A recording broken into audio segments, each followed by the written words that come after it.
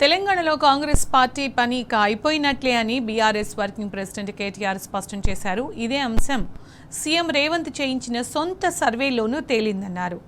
సగం పదవీకాలం ముగిసిన నేపథ్యంలో రేవంత్ తన పరిపాలన నాయకత్వంపై ఒక విస్తృత సర్వే చేయించుకున్నారని కేటీఆర్ చెప్పారు. అందులోనూ ప్రజా వ్యతిరేకత చాలా స్పష్టంగా వ్యక్తమైందన్నారు. కాంగ్రెస్ పార్టీపై ప్రజలు తీవ్ర ఆగ్రహంతో ఉన్నారని కేటీఆర్ చెప్పారు.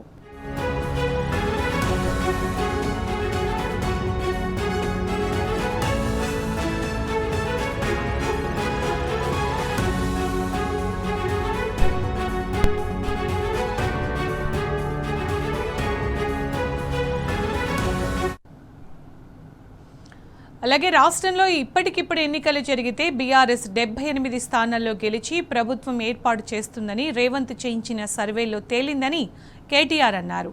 2 మీడియా సంస్థలు, కేంద్ర రాష్ట్ర ప్రభుత్వ ఇంటెలిజెన్స్ విభాగాలు చేసిన ప్రజాభిప్రాయ సేకరణలోనూ ఇదే అంశం వ్యక్తమైందన్నారు. ప్రజలు కేసీఆర్ను మరోసారి ముఖ్యమంత్రిగా చూడాలనుకుంటున్నామని స్పష్టంగా తమ అభిప్రాయం వ్యక్తం చేసినట్లు కేటీఆర్ చెప్పారు. సొంత సర్వేల్లో పాటు పలు సర్వేల్లో వ్యక్తమైన ప్రజా వ్యతిరేకతను చూసి తట్టుకోలేకని మరోసారి రేవంత్ గత వారం రోజులుగా అడ్డగోలుగా మాట్లాడుతున్నాడని కేటీఆర్ అన్నారు.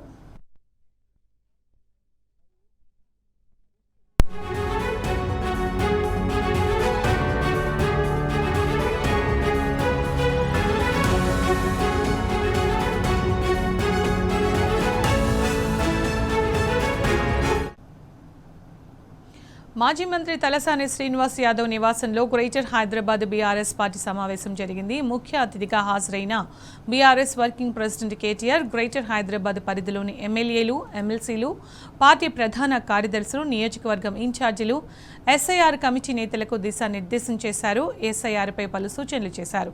ఇదే అంశానికి సంబంధించిన పూర్తి సమాచారం మా ప్రతినిధి లివిల్ అందిస్తారు. లివిల్, ఏదైతే ఎస్ఐఆర్ కార్యక్రమం కొనసాగుతున్న నేపథ్యంలో ఎస్ఐఆర్ పై అభ్యంతరాలు, అనేక అనుమానాలు, అనేక అవాంతరాలు ఎదురైతున్న నేపథ్యంలో బీఆర్ఎస్ పార్టీకి సంబంధించిన పార్టీ జనరల్ సెక్రటరీలతో పాటు గ్రేటర్ హైదరాబాద్ సంబంధించిన ముఖ్య నాయకులు, ఎమ్మెల్యేలు, ఎమ్మెల్యేలతో పాటు ఏదైతే ఎస్ఐఆర్ పై ఏర్పాటు చేసిన బీఆర్ఎస్ పార్టీ కమిటీతో ఖచ్చితంగా పలు కీలక అంశాలపైన బీఆర్ఎస్ వర్కింగ్ కేటీఆర్ దిశానిర్దేశం చేశారు. ప్రధానంగా ఎస్ఐఆర్ సంబంధించి ఆ బిఏఎల్ ఏదైతే బూత్ లెవెల్ ఏజెంట్స్ ఉంటారో వారికి సంబంధించి పూర్తిగా గ్రౌండ్ లోకి వెళ్లేలా చూడాలి, వారిని మానిటర్ చేయాలి. ఎప్పటికప్పుడు అనర్హుల ఓటర్లను ఉండకుండా అర్హుల ఓటర్లు ఉండే విధంగా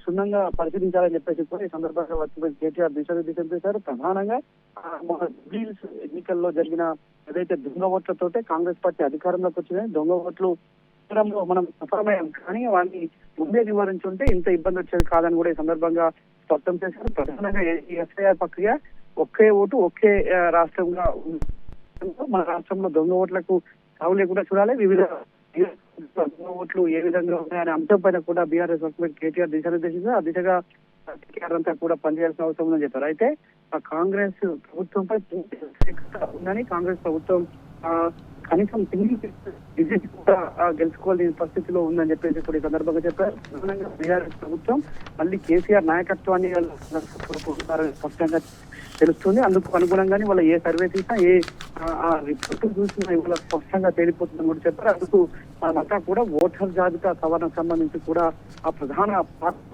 ఓటర్ జాబితా సవరణ సంబంధించి ప్రధానంగా మనం ఎప్పటికప్పుడు ఆ దిశానిర్దేశం చేస్తూ ఉండాలి. ఇక బిఎల్ఏలకు ఎప్పటికప్పుడు అనేక అంశాల్లో వారికి కల్పించాలి. ప్రతి ఒక్కరు కూడా బిఎల్ఏ ఫీల్డ్ స్థాయికి వెళ్ళి ఫీల్డ్లో తిరగాల్సిన అవసరం ఉంది. ఓటు నమోదు ప్రజలందరూ పాల్గొనే విధంగా ఏదైతే ఓటు సంబంధించిన బిఎల్ఏలకు ఇప్పటికే దిశానిర్దేశం చేసిన నేపథ్యంలో ఖచ్చితంగా ఏదైతే కాంగ్రెస్ ప్రభుత్వం పాటు కేంద్రంలో ఉన్న బీజేపీ ప్రభుత్వం రెండూ కూడా కొంత ఇబ్బంది పెట్టే ఆలోచనలో ఉన్నాయి. అవగాహన కల్పించలేదు. చాలా మందికి ఎడ్యుకేషన్ అంటే పూర్తిగా ఎడ్యుకేషన్ లేని వారి వల్ల బిఎల్ఓలుగా నియమించడంతో వారు కొంత చెప్పడంలో విఫలమవుతున్నారు.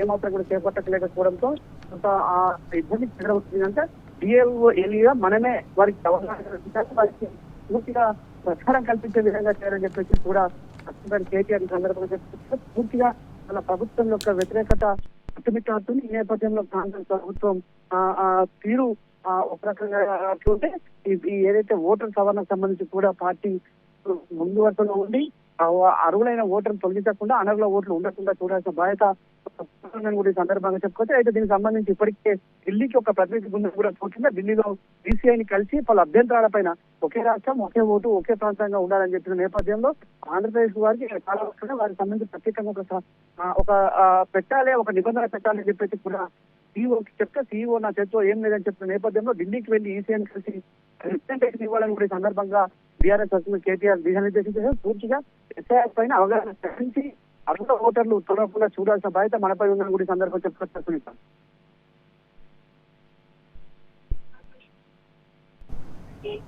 Thank you level.